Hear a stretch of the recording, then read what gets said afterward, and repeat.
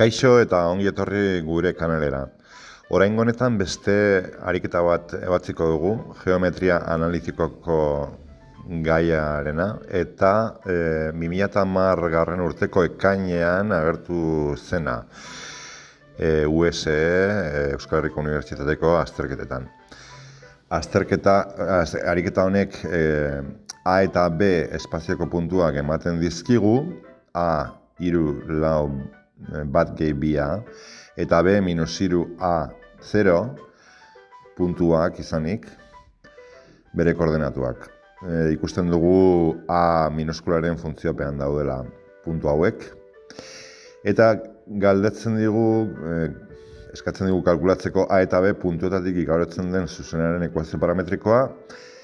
Eta gero galdetzen digu ia 9, 4, 6 puntua, zuzen horren puntua izango litzateken.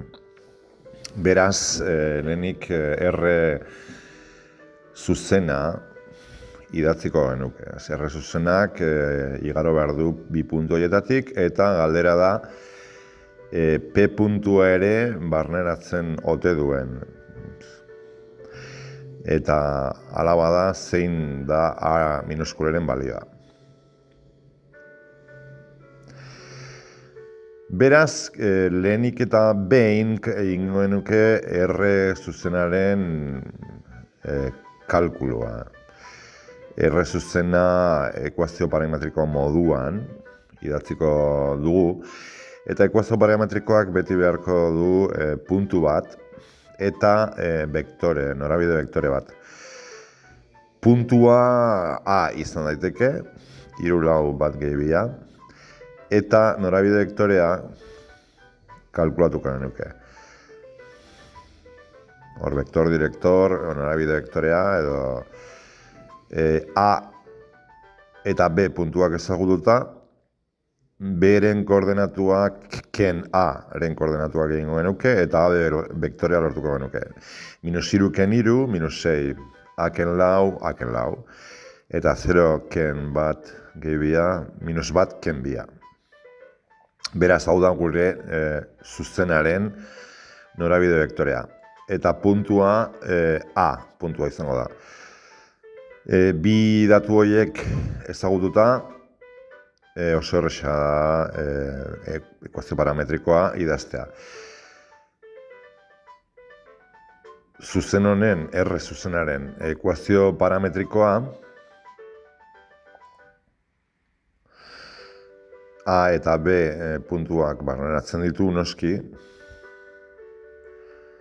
eta Aren koordenatuak izango nituzke lehenengo isa, I eta Zaren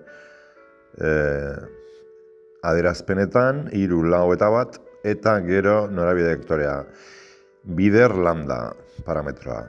-6 lambda, A ken lau lambda, eta bat gehi bia lambda, -1 ken bia lambda. Puntua 3, 4 eta bat gehi bia da. A puntua, ez? Testuak eman diguna. Beraz, hau izango litzateke ekuazio parametrikoa gure R zuzenaren kasuan. Orain beste galdera hori erantzungo genuke, ia P zuzena barneratzen duen, edo P zuzena R zuzena, P puntua R zuzenaren puntua baden. Orduan P puntua ren koordenatuak testuan eman digute, 9, 4 eta 6 dira. Eta berdinketa egingo genuke, ekuazio parametrikoaren isa, I eta Zaren lekuetan 9, 4, 6 ordezkatuko genuke. Lehenengo ekuaziotik, isaren ekuazioan lambda -1 dela lortzen dugu, eta gero hori ordezkatuz beste bi ekuaziotan A berdin lau lortzen dugu bigarren ekuaziotik, eta hirugarren ekuazioan bat kenbia izango genuke, azkenean A berdin -2. Orduan A ezberdinak dira, ekuazio bakoitzean, eta horrek esan nahi du P puntu hori ez dela izango gure zuzenaren puntu bat. Beraz, erantzuna ez.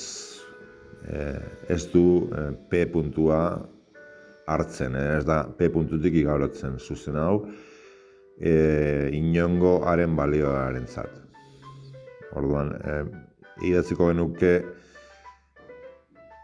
ez duela barneratzen P puntua. Orain ikusiko genuke espazioan, 3 dimentsiotan, nola geldituko litzateke R zuzena haren balio ezberdinentzat. Guk aukeratu dugun tartea -100etik 100era izango da. Desmos edo GeoGebra 3D bertsioan ikus daiteke aldatu daitekela haren parametroaren balioa, eta haren parametroaren balio bakoitzerako zuzen ezberdin bat marraztuko digu programak. Orduan, zuzen hori, adibidez, zuzenaren ekuazioa idazten badugu, guk kalkulatu dugun bezala, eta haren balioa aldatzen joten bagara, hor urdinez P946 puntua dago, eta ikusiko genuke haren balioak aldatuz nola aldatzen den zuzena, R zuzena. Adibidez, kasu honetan 52 denean, zuzena eta puntua ikusten da oso banatuta daudela, distantzia badaukatela beraien artean, orduan ez du barneratzen, ez da pasatzen P puntutik A52 denean. Baina, saiatuko gara -100dik 100era aldatzen haren parametroaren balioa, eta adibidez -100 denean, oso distantzia handia dago puntua eta zuzenaren artean. Zoom egiten badugu, ikusten da, gutxienez, 150 unitate distantzia dagoela, puntua eta zuzenaren artean. Baina, haren balioa aldatuz joan gara, handituz joan gara 100 iritsi arte, eta adibidez -89, -10, gerturatzen ari da zuzena puntura, -40, -28, eta iristen da balio bat, zeroren inguruan, hasten dela mugi zuzena biratzen, Eta A bat denean, ematen du puntua ukitzen ari dela, puntutik pasatzen dela, baina gerturatzen bagara, ikusiko dugu ez dela puntua ez dela zuzenaren puntu bat. Distantzia bat dago, 5 unitateko distantzia edo inguru horretan. Jarraituz gero, haren balioa ondituz joaten bagara, ez, -5, -3, -2, tarte horretan nahiko gertu dago, -1ean, ematen du P puntua zuzenaren puntua dela, baina ez da distantzia bat dago edozein kasutan.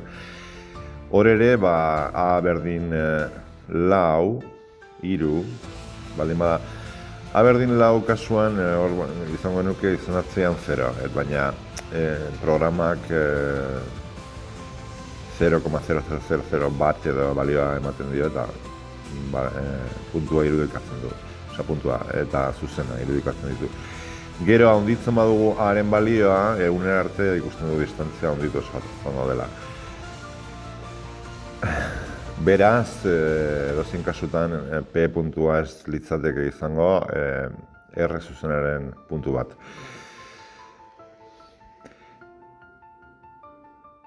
Azalpen hauek gustoko badituzue, saka ezazue gustatzen zait botoia, eta harpidetu zaitezte kanal honetara.